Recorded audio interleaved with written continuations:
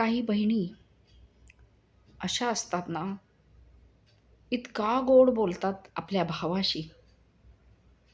सारखं आपलं भाऊ, भाऊ, भाऊ. 7 जन्मात मिळणार नाही असा भाऊ. लय गुणाचा आमचा भाऊ. त्यांना लग्न झालं तरी भाऊच दिसतो. कुठला भाऊ? ज्याच्याकडे पैसा आहे तो भाऊ. जो भाऊ भोळा आहे. त्यांच्या बोलण्याला भुलतोय. त्यांच्या डोळ्यात आणि त्यांच्या मनात कपट असतं, हे तो भाऊ ओळखू शकत नाही. अशा भावाला त्या अशा बहिणी, ज्या धूर्त बहिणी असतात, त्या हेरतात आणि स्वतःच्या संसाराकडे लक्ष देत नाही, स्वतःच्या नवऱ्याला एवढं महत्त्व देत नाही, स्वतःच्या मुलांना एवढं महत्त्व देत नाही. पण माहेरी त्यांचं खूप लक्ष असतं आणि तो नुसता भाऊ, उठ-सूट त्यांना भाऊच दिसतो.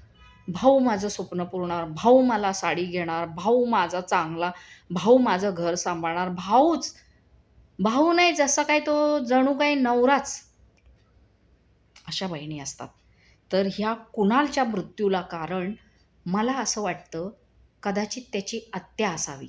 कारण त्या आत्याचा मी व्हिडिओ बघितला आणि ती आत्या जे बोलते ना, ते सरळ-सरळ खोटं बोलते आणि तिच्या डोळ्यात दिसतं का ती किती खोटं बोलते, किती कपट आहे तिच्या मनामध्ये.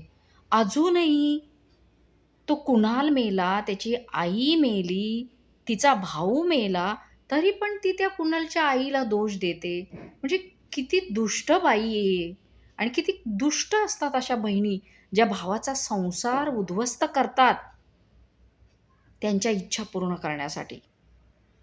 असतात.